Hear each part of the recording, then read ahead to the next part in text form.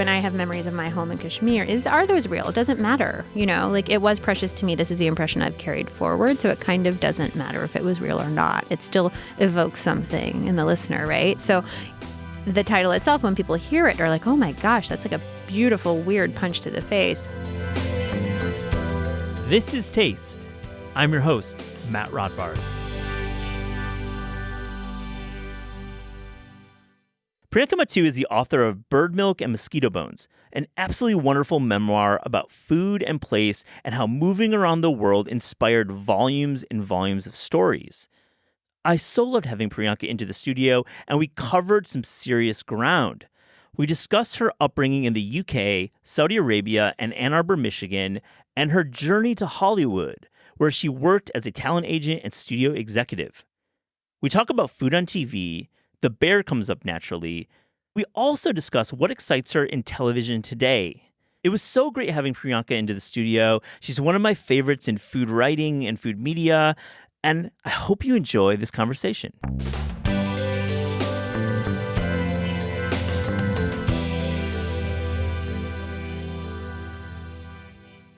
Priyanka Mattoo, welcome to This Is Taste. Hello, how are you? I'm so good. I'm so excited to be here as a listener of the podcast, a fan of yours in general. And we have so many friends in common. It's mutual. We do have a lot of friends in common. So many friends. I love Michigan. it. And Michigan. And Michigan as well. Which is the most important thing, really. We'll jump into that. Are you buddies? Are you buddies hive, or what is your East Side Michigan pizza of choice? Oh my gosh. I do like buddies. I feel like Michigan is going to be our commonality in terms of where we grew up. I grew up there for 18 years. You grew up there for a little bit less because you moved around. I hilariously moved there when I was 17, but I do consider it my spiritual American home. I love it so much. I'm happy to hear that you love Michigan. Who doesn't love Michigan? I mean, it's true, actually. Ohio. Yeah, Ohio. I was going to say, like, Ohio State fans, people in Indiana. They're people just jealous. Call the Midwest flyover states. Those people. They're just jealous. Let's actually move to LA where you live. And I want to ask you, just where are you dining out right now? I love to get that sense. What's good for you? What's good for me? Restaurant-wise. Okay. So my relationship with LA has been so funny because I was an agent for so long that like my dining for a long time was very client focused. Yeah, right. We'll get into that. And yeah. So now that I'm just like a regular person who loves food. Yeah.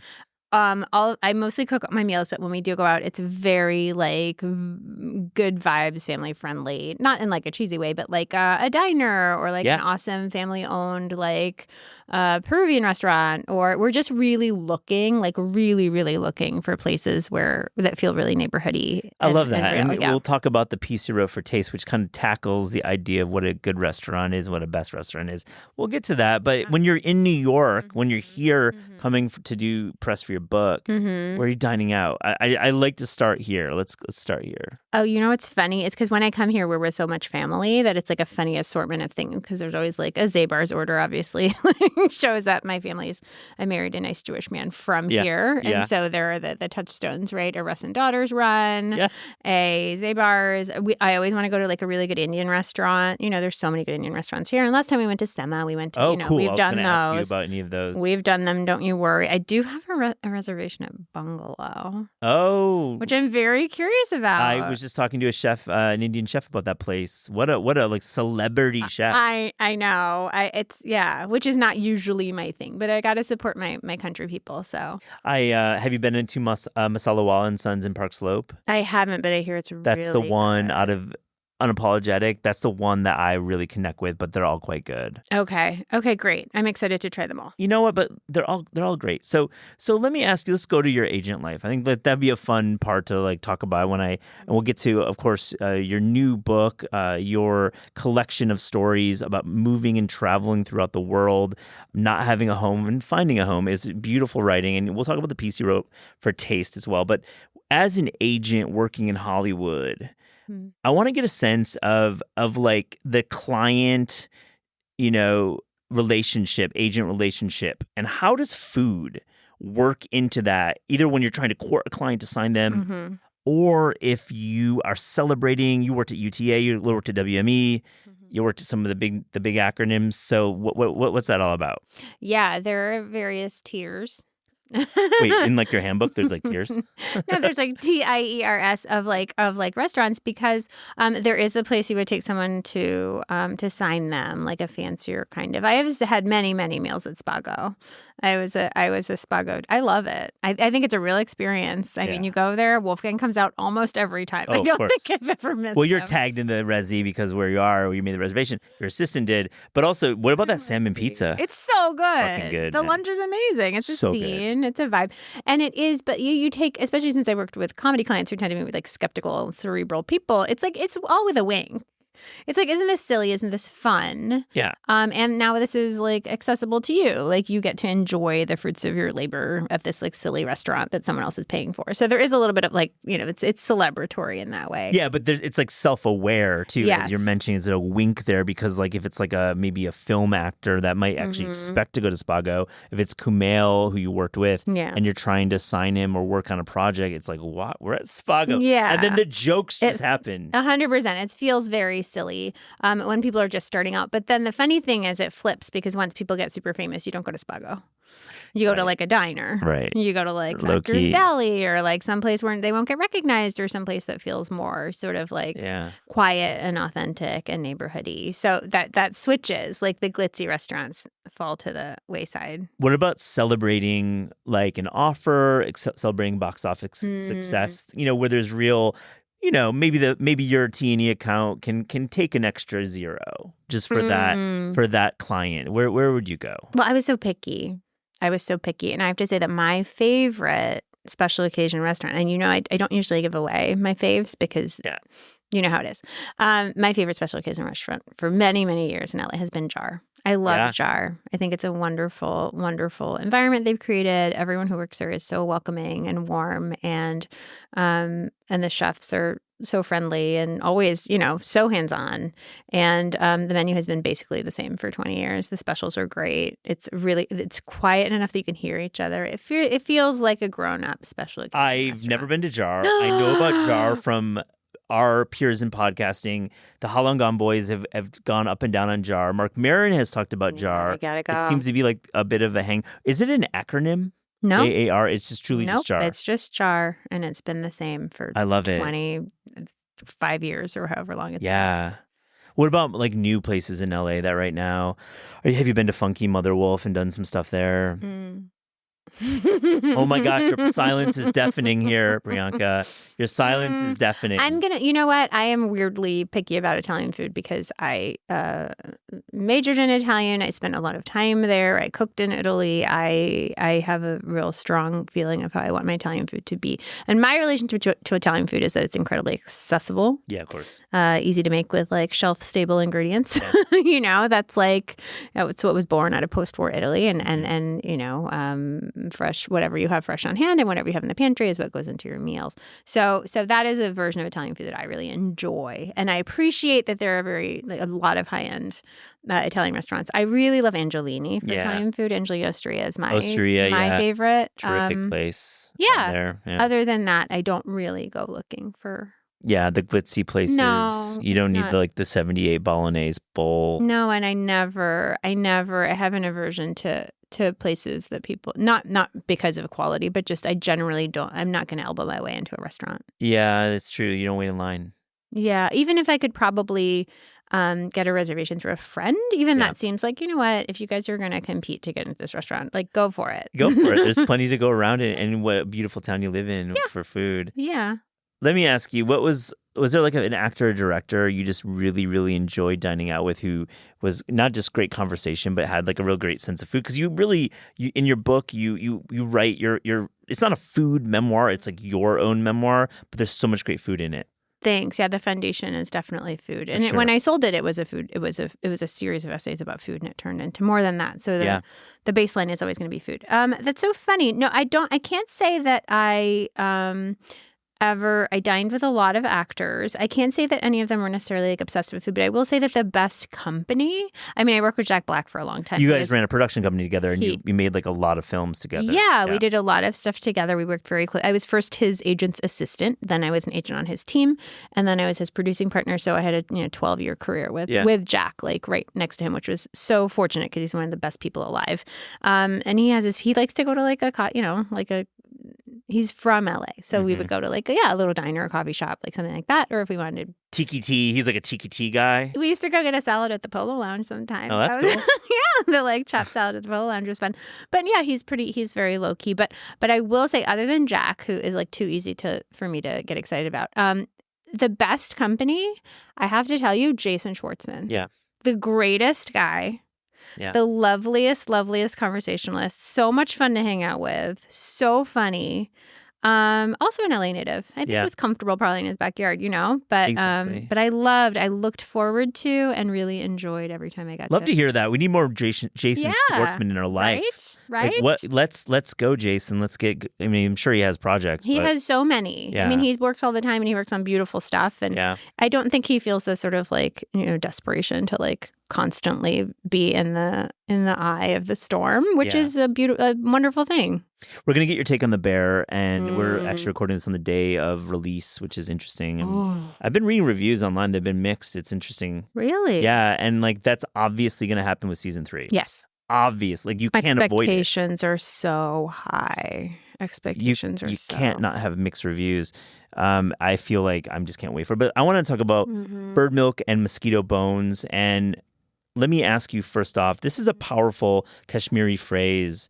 And I'd like to get your translation of what that means in Kashmiri culture, and why is this the title of your book? Okay. I talk in the book about how much I love our language. I find it really representative of our people. It's pretty intense, very loving, very violent, and really, really specific. And I love it in a way that I like English, but it'll never quite capture some of the phrases that I grew up with. So when I had to title the book, which used to be called 16 Kitchens, okay, it was going to be essays on food and families, which makes sense. It's after something that my mother had said, but I knew it had to be something powerful in Kashmiri. So I was talking to family, and I was like, let's go through all the hilarious phrases that we've used growing up, colloquialisms and proverbs and things like that. And then I found some books of old proverbs, and this one jumped out at me immediately because there was something about the strangeness and fragility of the phrase that really reminded me of it's bird milk and mosquito bones, which refers to things that are so rare and precious that they might be imaginary. I mean, they are imaginary. There's no such thing. Are you being gaslit by yourself? Are you being gaslit by yourself? When I have memories of my home in Kashmir, are those real? It doesn't matter. It was precious to me. This is the impression I've carried forward. So it kind of doesn't matter if it was real or not. It still evokes something in the listener, right? So the title itself, when people hear it, are like, oh my gosh, that's a beautiful, weird punch to the face. And then it's a thinker because people immediately realize oh, wait, they're not real. That's not real. Yeah. And I'm like, but it still affected you, didn't it? Yeah, exactly. You're looking at these words, these kind of connections of these two words together, bird, milk, and you're like, yeah, is that real? Is that imaginary? Is this poetry? Mm-hmm. Is this fiction? Is this nonfiction? Mm-hmm. And it feels like the way you write, and you write so beautifully. Oh, thanks. All in all your work, truly, even your hot take work on The Cut. It's always fun to get you're just such a talented writer. Thanks. But I feel like this is part of the kind of overall halo of this work is are these memories in these places you lived in? Saudi Arabia, you lived in London, you lived in Italy, you lived in Michigan. Mm-hmm. Are they real? Are they not? And you're kind of questioning this. And does it matter? Are they real? Are they not? Does it matter? If two people have different memories of the same event, does it matter what actually happened? Or is it more important and interesting to investigate what we carried forward from that event?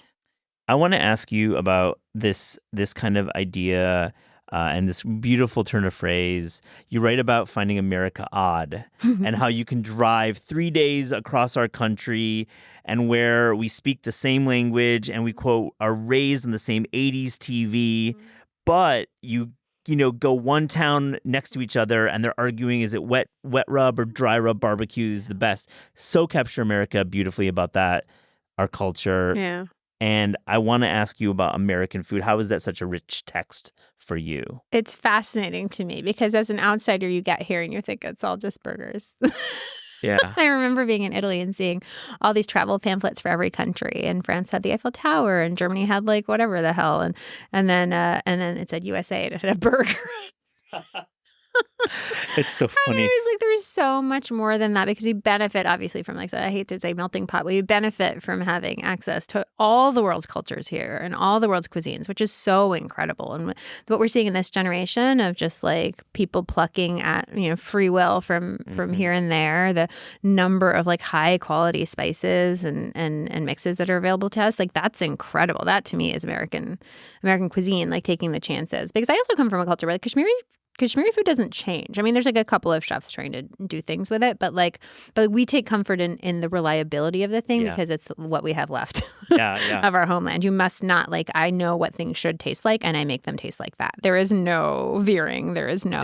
It's an absolute is it a monoculture in Kashmir? No. No, I mean, Kashmiri Muslims use different ingredients, but it all ends up tasting kind of the same. It's it's not that big a deal. But it's funny because that's the thing I think I am slightly allergic to is people who are basically the same saying, no, they're different. So there is a little bit the tribalism of even sports can kind of make me anxious because I'm but we're all the same. We're all people. We have so much in common, Well said. So that's kind of just growing up with but those people speak the same language and you're saying they're totally different because they cook with shallots and we cook with asafoetida. Okay. Yeah. Fascinating. Asafoetida. And way to bring that up. I fucking love that. I love cooking with it. I love hing. Hing is such a great ingredient. Underrated. Is. Kashmiri chili too. I had Khushbu Shah and we were talking about cooking with Kashmiri chili and how that is such a foundational. How do you think about Kashmiri chili? Oh yeah, I love it. I use it maybe a little too much. You can't use it too much. I throw it in everything. No, I love it. It has to be the right color. I have to run it by my mother, of course. Okay. If I find a new brand, I'm like, Mom, is this okay? And she'll kind of hem and haw. She has to look at it. She has to taste it. She has to cook with it. And then it's approved. And then that jar can remain on your counter. And then it can remain otherwise. In Kashmiri culture, is there a dabba box? Is there a box of spices? Yeah, we have a dabba. I have two. One is the ground spices and then one is the whole. Oh, cool. And it's so funny because I've had American friends try my mother's Rogan Josh recipe and they're like, I ground my own spices. And I'm like, you cannot do that. You have to go to the store and buy the pre-ground because it changes the texture. And sometimes you need the fine texture so that it becomes like a creamy sauce. And you can't do that with a simple home appliance. You have to have it done mechanically. Yeah. You'll have a grainy rus, which is the gravy, and then it's not the correct. It's the same way with goju-garu in Korean cooking. You got fine goju-garu. You cannot do that at home. Exactly. Certain dishes. All right, so back to hing. I remember being introduced to it in food writing in probably the early 2000s, and and thinking about it whenever I would go to a South Asian restaurant and taste that savoriness that now I can identify in East Asian culture as MSG, as any of those products, and then in South Asian culture it's hing. But explain a little bit to our listeners how you cook with hing. Hing is is a substitution for an aromatic. Yeah. So anything you would put garlic, onion, shallot in, you put hing, and you have to bloom it. So you put it in the oil and you watch it kind of go tss, and it smells so good. It does smell like a bunch of onions and shallots, or garlic frying, and that's really lovely. So for some reason, some religious thing a million years ago, we were not meant to cook with aromatics because something about heating up the blood. Right? They heated up the blood. I don't know, some nonsense. But it's become a staple of it's the foundation of all of our and I have to say I had a tummy troubles recently. I had a whole situation in my gut, which a lot of us have, and I couldn't eat onions or garlic, and I was at a loss until I was like, I can just substitute hing, and I did successfully in every recipe, in vegetable cooking, in everything. Yeah, it was great. Yeah. Is it true that there's 1 in 10 folks have an allergic reaction to hing or a real aversion to hing? like kind of like cilantro in soap. I've heard that hing has a similar I property. haven't heard that. I didn't. That's interesting. I got to find out about that. Yeah, I maybe it's just a fake information or false news that I got down the road, because I feel like, early days when people are writing about hing, I don't know if the sources are correct. It's coming from places like Lucky Peach. They're writing about it, and like blessed Lucky Peach or blessed taste, but we make mistakes. Yeah. So it's always evolving. I think we learn more when how exciting is it when a new ingredient shows up and everyone gets to use it, and then after a while you're like, yeah, I totally appreciate that. You're like, that's now part of it. Let's talk about The Bear a little bit, because we are on that day it's released, and as a screenwriter and as somebody who's worked on the agent side, you have a really great perspective. Was this project kicking around a bit before Chris Storer was able to sell it to FX? Had you known about it? It's so funny. I don't actually know about the evolution of the show. I do remember for a long, long, long time you couldn't sell a show about food. You just couldn't. And then I was at MacDowell, the artist residency, with a wonderful playwright and screenwriter named Sophia Levitsky-Weitz, and she's awesome. And she mentioned that she was working on a show called The Bear, and she described it to me, and she told me about Chris, and he sounded amazing. And I'd heard he was a lovely guy and really talented, and I was like, I cannot wait to see this show. It sounded so incredible the way she was talking about it. And I don't watch it. I'm really picky about TV, maybe because I know too much. Yeah. And I have seen maybe 5 TV shows in 5 years. Wait, have you watched Rami? Did you watch his other show? I did watch some Rami. I love it. So you did watch a Chris Storer show. I did, yeah. And I knew he was obviously very talented. So good. And then my husband and I started watching The Bear, and we couldn't stop. Just like, this is a perfect. And he's also, he's like an Oscar-winning screenwriter and director. We're both, we're picky, right? And we love that show. We love it so much. And it's so funny to even think that it's a show about food, because it's obviously not about food. First of all, it's a show about my Midwestern man friends. Yeah. It's like everyone I ever made a sandwich with in a deli, It's about a group of people who really love each other, and all want the best for each other. And the character work is astonishing. Everyone is so lovable. It's so well written. The casting is impeccable. Where did they find these guys? Where like Eben, like we know him as like now an award-winning actor, but bringing Cousin to life off the page, which is a well-written role, he takes it to a new level. I think the most incredible, one of the most incredible roles on the show. They're all incredible though. They all have a chance to shine, and that's what they've done such a wonderful job. Aya was already such a people loved her. Like, she was just one of those kind of rising stars, but she's so intelligent, and she's so capable, and she's so funny, and she's so, she can convey so much, and that is really brilliant. And even like Abby Elliott was like a really inspired choice, I thought, because we've seen her do so much, but to like be in that role where she can inspire so much pathos is really lovely. And so they made a lot of really, really excellent choices. It's just a beautiful show. And I'm sad about what's happening, because yes, you say the mixed reviews are coming. I'm like, this happens. People get far too invested. By the time this is out, we're literally like hour 12 of the show, so I don't even know. I'm just like reading a few things online. By the time we release this episode, I'm sure there'll be a really strong opinion about the show, and it'll be in culture, either good or bad, but hopefully good. I'm so looking forward to watching it. That tends to be more about like people's failures than the show's failures. Agree. in my opinion. However, I wish, I have a lot of opinions about how television's working right now, which we're not going to get into. I wish they had done it released it weekly. It's insane that Hulu does that. It's so perplexing. The guys on The Watch, that great podcast about television, have been like preaching for years. Like, why is this not a water cooler show? I don't know. And now everyone's in that awkward phase where we're like, do we talk about it? Because we can't. We can't. Because no one's watching, unless for the psychos like myself will go home and watch all, like, I think it's an 8 episode season. Yeah. That's the thing that I think a lot of the buyers have forgotten, is that they've forgotten anticipation, how exciting anticipation is every week to look forward to something. And they've forgotten the like collective joy of like sharing, feeling like we had a communal experience, And so I think it's going to shift. I think it's all going to shift. But right now they're still figuring it out. It's crazy. House of the Dragon is week by week, and that's like a big part of the success of that show. Yeah. is the week by week. I'm so into that show too. But back to like the idea of food not really hitting on TV.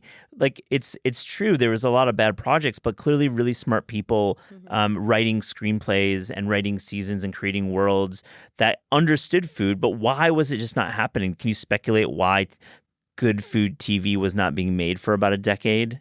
I bet if I sat down with a list of shows, I could tell you exactly what went wrong with them. Yeah, right on. I think they just weren't focusing on the right thing. I know there were a lot of like very celebrity chef driven shows. There were a lot of, I don't think any of the shows really, I would have to go back and look, so I don't want to misspeak, but I wonder if any shows really got into the camaraderie of what it's actually like to work in the service industry and in a kitchen and in a group, like with a group of people in the same way. The collective wasn't coming through in a lot of the other shows. Yeah. I think there was just a little bit, it was skewed. Yeah, I think that they were maybe using these like phrases in kind of a way that felt inauthentic as well, like using the deli. I feel like Burnt, that movie was using lexicon in a weird way. We're not here to relitigate failed food TV, kind of boring topic, but I do think this is an interesting topic for our listeners who have aspirations to write in television. How do you get a food or food adjacent show greenlit right now in 2024, 2025? Well, I think the market is probably more open to it than it has been because the market is kind of stupid. And so they're like, well, one food show worked, so another food show will maybe work now. And again, they have also probably forgotten that it's really about the writing and the characters. So yeah, I think if you can make people fall in love with the characters, you cannot listen to what people want to buy. It has to be specific. Like if you have a specific story to write, whether it's a family restaurant, whether it's like write this as specific as you can get. I think is against all messages you're getting from the buyer, but just that has been my through line. Everything I've sold has been weirdly specific. Yeah, and like having like a really lived in world that doesn't feel like it's done on a whiteboard. I mean, I feel culinary school needs to be tapped into. Yeah. To me, that specific like anxiety of starting culinary school into the stage idea, I feel like that to me needs to be unpacked. Listeners who like writing, make a show. That's a great idea. It'd be really fun. I feel that's good. Just a really granular kind of like coming of age in culinary school would be really nice. Right. And then some folks are like mid-career, some folks are 18, and there's like definitely that dynamic of different ages there. And of course, once they get thrown into the real world, that enters a whole group of characters come into the show because there's like, you're going into all these different other worlds that are... I also think it's like a period piece. Yeah, it's in the 90s. I'm not pitching you a show, Priyanka. I'm literally not pitching you a show. It's a great docuseries too. I would if done well, it could be a really good docuseries.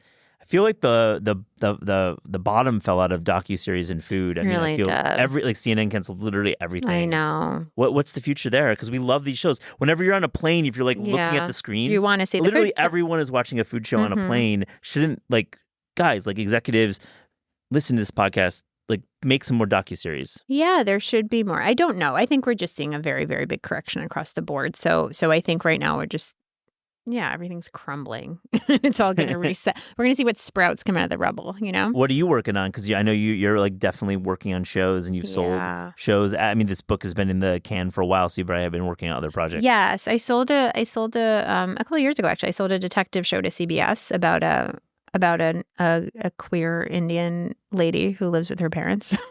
Awesome. Wow.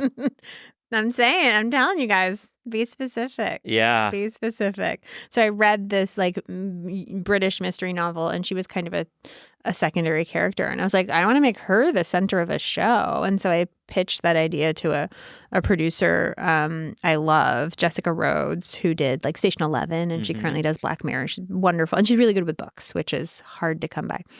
And she was like, let me call CBS. I was like, CBS isn't going to buy it. And they did like that week. It was crazy. And Amazing. They love it. And then it's been a really lovely experience. So I wrote the first year, I wrote a pilot and they loved it, but it was like they were like, can we just like rewrite it as like a more sort of CBS kind of case? And so I'm co-writing this year is crazy. So I asked to co-write it with someone. So I'm writing it with a wonderful woman named Dana Greenblatt. So we are working on that, but it's so fun. So the pilot is now being reworked on paper. You haven't shot anything yet. No. Then you go to shoot it eventually. Yeah, I think I can share this. I came really, really close to being made last year. Super close. It was like between me and another show. Fuck. But I agree with them that the case needed to be massaged a little bit. I loved the script. I think it's a great script, but it just wasn't like.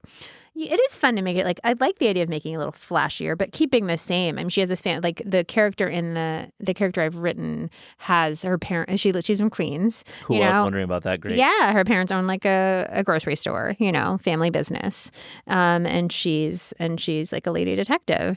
Is she like a bibliophile who's like pored over like mystery books herself, and that's how she gets into the universe? Yes, now of she's course. Bringing it to life. There's a she's peeking over her Harriet the Spy, watching for shoplifters at her family's store. Yeah, but she's queer, and like CBS should put those characters on TV. I think they want to. I think that's what I think everything's moving in the right direction. It's exciting to have that. And how do you work on other projects? Do you have like your notes on your phone? You've got a bunch of different shows. Yeah, I do blocks, like time blocks. So right now everything's taken over with the book and the book promo. But when I get back, I have to finish a feature script that I owe, a rewrite on a feature script. And then I'm currently, we're outlining the new case. I usually block off days and I go, this is what I'm working on. This is what I owe. This is my deadline. Yeah. What about the adaptation for Bird Milk and Mosquito Bones? Has that been picked up and optioned yet? Oh, I don't. That's a good question. I don't think it's adaptable. Okay. As the agent for your own project, you're like as the passing on it as an adaptation. As the agent of my own project, I will say that in its entirety, I don't think it's adaptable, and I don't think it should be. I think it's a book. However, pieces from it, because they're my life, always make their way into my work. So, for example, the feature I'm writing is based on a short film I made a few years ago, but it's really a romantic comedy about my parents. So if you read the chapter about my parents, the thing I say about my parents is that they're soulmates, but they won't admit it. And so I am writing a movie about an older couple staring down retirement, and now they have to like deal with the next 20, 30 plus years. Yeah. What did they say to you when they read that chapter? They're like, why is this funny? Oh no. No, they're like, okay. They love it. It's their lives. Oh, they love it. They knew their daughter. They knew that was going to happen. It's such a celebration of them. Like they might be like a little embarrassed because it's more attention than they're used to getting, but I wrote it for them. I wrote it for my family. I love my family so much. They were just here everyone was here for an event last night. So I just said goodbye to them this morning. They flew back. Your dad is a physician, and that was a big reason for you moving around a lot. Yeah. Was he just taking posts? I know, like moving from Saudi Arabia to London or to England. I'm not sure if it was London. It seems like that's a big jump. Yeah, it was. Sorry, it was like it was Kashmir to England to Saudi Arabia to, so I don't know. Yeah. Like my brain is scrambled. Yes, but he's very invested in research. He's a medical, he's an academic. Yeah. So there were a lot of research opportunities that kind of took him. He's a curious and very engaged man. Yeah. My parents love to travel. They're never happier than when they're on a plane at an airport, having a McDonald's at a train station. Like we're all like that. Often I'll text the family WhatsApp and we're in 4 different countries. That's just how it's always been. That's just the culture of your family. Mm-hmm. What's Saudi Arabia like when you're living there? It's like Palm Springs. Yeah. I've been there 15 times. I love Palm Springs. It's like Palm Springs, but back then it's much more, I think it's easier for women now, but we lived on a compound, which was an expat compound. So all bets were like, I could wear shorts. I could mix freely with boys. I could, alcohol was permitted, but it was easy living. It was like living in a gated community in Palm Springs. Yeah. That's what it was like. What about food? What's your memories from food in Saudi Arabia? I mean, delicious food. Yeah. Lots of obviously like amazing Saudi food, grilled meats and shawarmas and delicious like fresh breads. And we were really, really lucky to be and plus like so many expat communities. So like Malaysian families and Filipino families and Filipino families and Indian, Pakistani families and everyone. On this compound, you were like getting a sense of community from...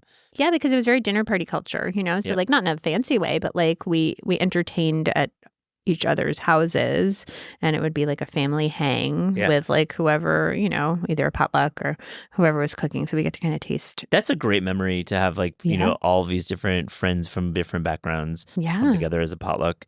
And then you end up in Ann Arbor as a 17-year-old, Yes. world travel, worldly person, and you end up in like the Midwest. At around the same time I was living there. Really? I think we're even similar. I graduated high school in 1998. I was 97. Yeah, I knew we were like very close. We literally had the exact same high school experience in the same part of the country. And wow, it must have been a number of emotions. But let me ask you, when you're growing up in Ann Arbor, what's it like with the food? Like, are you feeling like this is like so Midwestern industrial food? I went to high school in suburban New York. That was a big culture shock because I just landed from this very, very cosmopolitan life in Saudi Arabia where everyone was like a diplomat's kid. Yeah. You know, like marble swimming pools. Like it was bizarre. You know, it was a bizarre way to grow up. And then I landed in sort of suburban, like Rockland County. Yeah. That was a culture shock, although everyone was very kind. So I didn't have to deal with whatever like high school horrors people think I went through. That was like a sea of like mid Italian food. I live in the neighboring county, Orange County, and I have to say it hasn't really changed.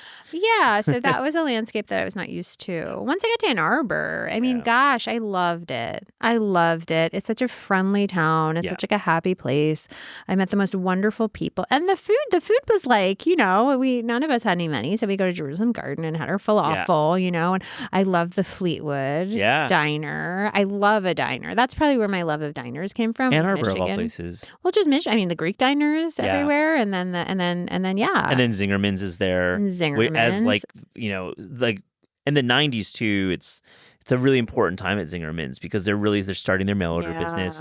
They're really starting to get a sense of this growing foodie culture, which Dina DeLuca starts in the early 90s in New York, and it's starting to expand. Places in LA are opening as well. But this like idea of like this food from around the world, the balsamics there. I mean, in 97, no one's selling balsamic like that. I think in when I was in law school, because there were 7 years. So when I was in law school, I lived basically right next door, and one of my roommates worked there, and I didn't have enough money to eat at Zingerman's. I'll be honest. Agree. It was quite expensive. It was the same way as for me when I would visit, when I would drive over, it was like split the sandwich. But if someone's parents came to visit, we'd be like, should we go to Zingerman's? Should we all go to Zingerman's and buy a $16 sandwich? I mean, they're totally worth it. I just didn't have. Didn't have. What about Rick's? Did you go to Rick's? Did I go to Rick's? Yes, I did. Yeah. I sure did. That's the Midwest. I went to Rick's a lot. You went a lot? A lot. I love dancing. Yeah. And I was just like, I'm going to go get my top 40 fix. Those lights are going to come on at 2 a.m. There'll be a foam party there at some point. Yeah, it was gross and I loved it. So we grew up in the Midwest in the 90s, and there was like an absolute dynamic of a dance club in the 90s. And maybe probably in other parts of the country, obviously. A different style of dancing. I don't think like 17-year-olds are dancing the way we used to dance. I danced every night. I know. It was so fun. It was fun. And all my guy friends from Michigan are the only men I know who are like, oh, I should go dance. You know, we were dancing all the time. All my friends were all DJs, like that Ghostly crew, you know? So we went dancing. Cool. Yeah. That's a good crew. Wow. It was a great crew. Nice. Yeah. So if I wasn't dancing at Rick's, I was dancing in a warehouse downtown. Yeah. It was great fun. It all sounds bizarre to like people who weren't in that little culture because they're like, you were a raver? I'm like, I was not doing drugs, you guys. I was literally just dancing with my friends. The milieu of the era was rave culture, was monoculture. I mean, like Fatboy Slim was the biggest music in the country. Yeah. I know it's like very cringe Big Beat. It is. Have you revisited Big Beat recently or ever? That's a good question. No, I have not. I think I just have closed that. It doesn't work for me anymore. I think like the vocal sampling is really, really annoying to me. Yeah. I have revisited Prodigy. Oh, interesting. As in the British Prodigy, not the great rapper from the Bronx. Or Harlem. Damn, I almost got canceled there. But yeah, what music were you into? Were you into like Detroit techno, obviously? Well, I've always loved a singer-songwriter. But yeah, I was introduced to it. It was such a funny introduction to, I feel like I Forrest Gumped my way through the scene. But yeah, I knew Sam Valenti and Matt Deer in college. And so I just went wherever they were. Yeah. And I was very lucky because they were really snobby about music, but they set a really great scene for like a really fun, weirdly wholesome party, you know? Yeah. And they remain really good friends and they're super supportive of the book and they're so darling. Cool. And so I was really lucky to have like really good dance music to access all the time. But then I love an Italo disco. I love Justice and Daft Punk. Yeah. I love like a French, I love that. LCD Sound System. I love dance music. I do. I love really good dance music. Yeah, the goods. And I feel like there's got to be a Daft Punk Justice, maybe Pharrell residency at the Sphere in Vegas. Oh God. I'm just putting this out into the ether. Yeah. What do you think about that? I know that Justice is coming to the Hollywood Bowl, and when I did see Justice on their like first tour, it was one of the greatest shows of my life. Yeah, one of my greatest shows was the Coney Island show, Daft Punk and Justice, opening in 2007. Oh my God, so fun. Yeah, really good era. I'm glad we're talking about dance music. We don't talk about it enough on this show. I could talk about it all. People think it's really funny that I listen to so much dance music, but I'm just like it's such a mood lifter. Isn't Hot Chip like one of the greatest bands ever? So fun. Hot Chip has got such an album catalog. You know who I love right now? Do you listen to Rami? Rami? Yeah. Yeah, totally. So I love that album so much. It's good. My brother lives in London. He's seen her live like multiple times. I'm a little mad about it. I mean, the Charlie album, as if we're dating this interview. I gotta listen to it. It's like... Is it fun? It's really, really fun. I liked some of her early work, and I feel like it's hard to like it in our age where we have to snark on it because it's like the biggest thing, and it's like, but I fucking love it. It's great. Okay, I'm gonna listen. Nice Indian girl. I know, exactly. This is Taste. We ask guests about their discerning taste. So to close this interview, here's a little rapid fire, fast and furious taste check. My poor brain. Yeah. Are you ready? I might be. All right. The best fruit. Mangosteen. What makes it great when it's great? It has to be a little bit cold, and the texture is really, really good. It's like a lychee, but not annoying, and it's a little more acidic. Love the description. Cold fruit, very hard for me. Really? Shouldn't it be naturally the way it's... Isn't that the thought? Absolutely, but I think of this as like, because as an Indian person, I think of this as like a hot weather eating situation, and right. So like I want something that'll cool me down. I want something refreshing. But you're right. You're absolutely right. Like fruit should not be put in the fridge, but maybe put it on ice. I'm not against cold fruit. Yeah. I think we eat too much cold fruit. Yeah, I think we chill all of our fruit in America. It's true. We put literally all of our fruit in the fridge. No, but I agree. We don't put our fruit in the fridge at all. But when it is hot, cold fruit is such... I'm just thinking of a feeling. The worst vegetable. I wish I could. It feels so disloyal to say, but bitter melon, Karela. I just hate it. Yeah. I went to dinner with a bunch of food writers who I will not name because we're all ashamed. But we ordered the bitter melon because we knew our mothers would be proud, and then none of us ate. We like each took one taste, and we're like, absolutely not. Yeah. No. All right. The best dessert. Destroyer has a really good chocolate almond cookie, and that when I have a craving for dessert, I drive to Destroyer in LA, and I go get it. And that's it for me. It's the only one. That's the one. I think of the same as the Wild Air caramel chocolate dessert. I've heard about Similarly, it's like you'll drive for just this dessert. Yeah, I'll drive for this specific feeling. Yeah. That's a great call. Your favorite American fast food chain? I mean, McDonald's. I love it. Yeah. I love their stupid chicken nuggets. I love their French fries. I love how happy they make my kids once a month when they're allowed. Yeah. We go through the drive-through once a month, and it makes them so happy. It's a beautiful thing. Yeah. In the month of March, do you go Shamrock Shake? Oh, we haven't done that yet. Big Michigan thing. Okay. I know. It was almost like a holiday in Michigan, the Shamrock Shake. All right, maybe we'll get into that. We need to give them their Michigan food culture. I need to pass it down. Have you brought them back to Ann Arbor at all? Yes, they have. They've been to Zingerman's, yes. Oh, how fun.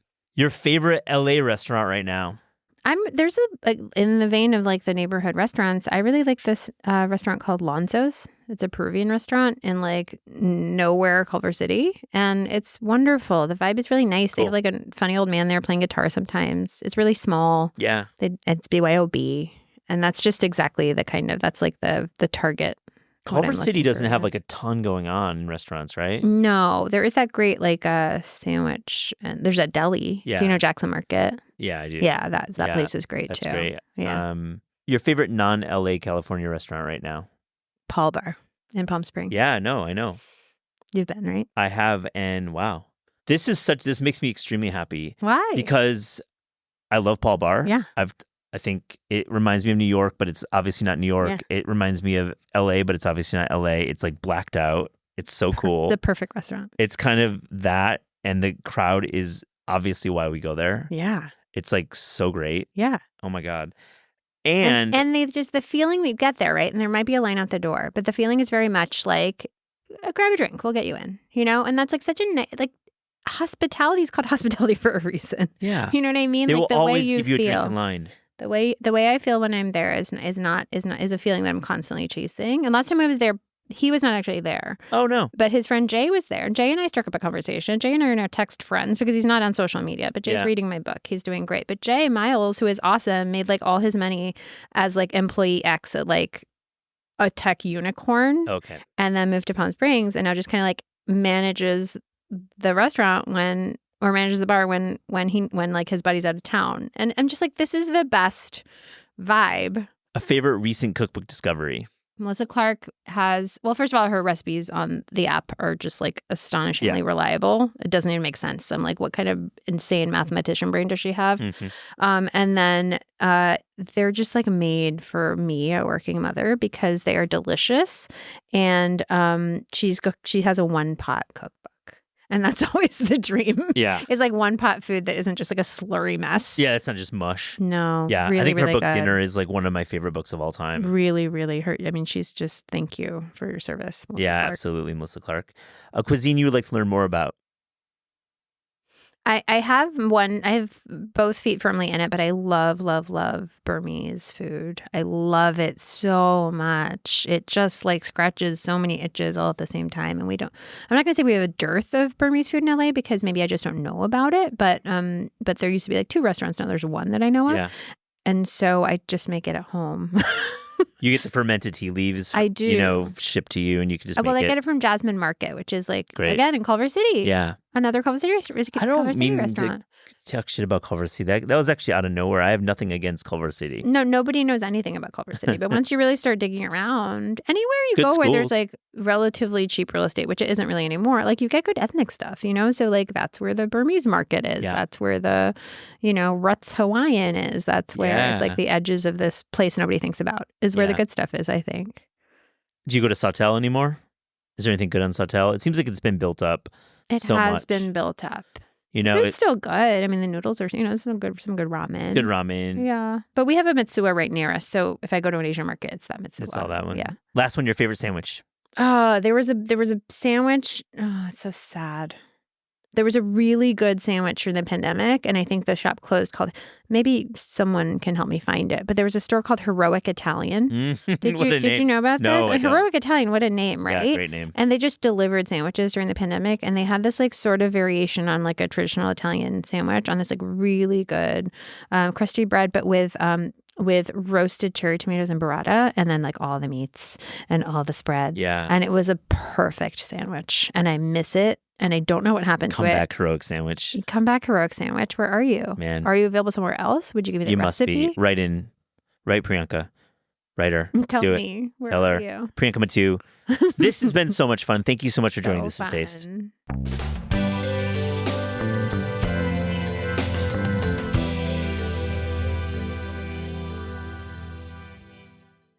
Hi, Matt. Welcome back from India. What's up, Eliza? It's great to see you. I'm stoked to hear all about your trip. I'm very jealous. It was an amazing trip. Thank you for asking. I want to share a little bit about it. I was traveling with Marijuana Rani. He's a good friend of mine. He's the chef at the restaurant Chai Pani in Asheville, North Carolina. He's got a location in Decatur, Georgia. He's got a spot in Washington, D.C. He's kind of moving up the East Coast, maybe going to be in New York pretty soon. He also does these restaurants called Botiwala. But Marijuana and I have been buddies for a long time, and he takes his staff to India a couple times a year. And he's always been like, Matt, you should come. And I'm like, okay. We happen to kind of connect over his new cookbook that he's going to be publishing with 10 Speed Press in a couple years. So I was there to kind of help out with the photography. I'm writing a magazine story as well. So I'm with Marijuana. I'm with his partner in crime, Mikey Files, who's the creative director. I'm with this amazing photographer named Porus Chowdhury. And man, we are traveling around India in the coolest way. I want to share all about it. Yeah, I would love to know where you went in India. Were you in just one specific region? We were traveling. We started in Mumbai, then we went up to Pune, and then we went up to Ahmednagar. So we were in this kind of like triangle, about 6 hours between the cities. Relatively speaking, a small part of India, but Mumbai is a commercial center on the West Coast. So I spent a lot of time there, and really it was it was a life-changing trip in many ways. When you get to go to Origin, a place where food is created, that I am familiar with in the States, but I'm not familiar with Origin. It's always such an eye-opening experience, and this is no different. And it was during monsoon season, which was intense. It was raining all the time. Just constant rain. Yeah, every day would rain like 5 to 7 to 12 to 14 to maybe even 20 hours, Wow. depending on the day. But it wasn't just about it raining; it was the intensity of the rain. But it was cool because like the photos will reflect this like very moody time of year. There's monsoon foods that we discovered. But I'd like to go over some of the highlights, a couple of the restaurants I visited in markets and spaces just to share. Yeah, I would love to hear. I'm taking notes. The first place I want to mention is Sri Thakur Bhojanali. It is in Mumbai, and it's been open since 1945. And they are known for thali, these steel bowls that hold all sorts of things like dals and rices and chutneys and breads. And what was cool about this meal is it was Gujarati, which is a little bit north of Mumbai where we were by about 6-8 hours, but vegetarian meal. And I was just struck by how the dals and the farsans and the curries and samosas and the plates of rotis and puris and bakris were so like each one was individually made in a way that it felt like a tasting menu. It felt like I was at a Linea. It felt like I was at EMP. And it was remarkable. It was $35. And it really opened my mind to how vegetarian Indian cuisine is presented, and it's such a highlight. Okay, where else did you go that you would want to go back to? Well, in Pune, I kind of got to know this dish, vada pav. Are you familiar with it? Vada pav? I've been wanting to eat this because I've seen it on Instagram, but I have not had it before. It's kind of like a potato bread sandwich, right? Exactly. It's a fried potato fritter seasoned with all sorts of great seasonings. And in between pav, which is the light, fluffy bread that's known throughout the Maharashtra state where Pune and Mumbai is, and it's slathered with chutneys and raw onions and cilantros. And the place that I went to was Garden Vada Pav Center in the middle of Pune, and it's a place that over the years has grown such a following. And I just there's lines of people starting at 9 in the morning. We walked by a few times throughout the day. Always was a line, and really, it's such a cool dish because it's like Portuguese bread and like fried potatoes and clearly Indian spices. And I love anything squishy. Yeah. And you get squished and you get this great potato roll. I loved it. It's such a great dish. I love whenever potato is encased in some kind of carb and just kind of really doubles down in that way. Like I love a potato taco for a similar reason. Totally agree. Carb on carb, underrated. Elite. You just can't think about it. Like sometimes it's like doesn't feel right, but just don't think about it. Let it roll. Eat the carb on carb. Oh, I would say it feels very right. Thank you. Where else did you go? Permission to. Also in Pune, we, of course, had chai, and there's like all sorts of different chais. There's chai masala, which is like the kind of rougher day-to-day chais. There's Irani chai, which has throughout the Parsi tradition, it's chai that is made with buffalo milk, and really it's one of my favorite types of chai, and it's very rich. But we went to Cafe Yazdan, which is a Parsi cafe in the middle of Pune, and we had masala chai. But we had this rolled omelet that was really cool. That omelets are part of cafe culture in the Parsi tradition, and so great. When you say rolled, what is it? The omelet itself is rolled, or is it rolled up in something? Yeah, it's like a very thin omelet that's been rolled and folded.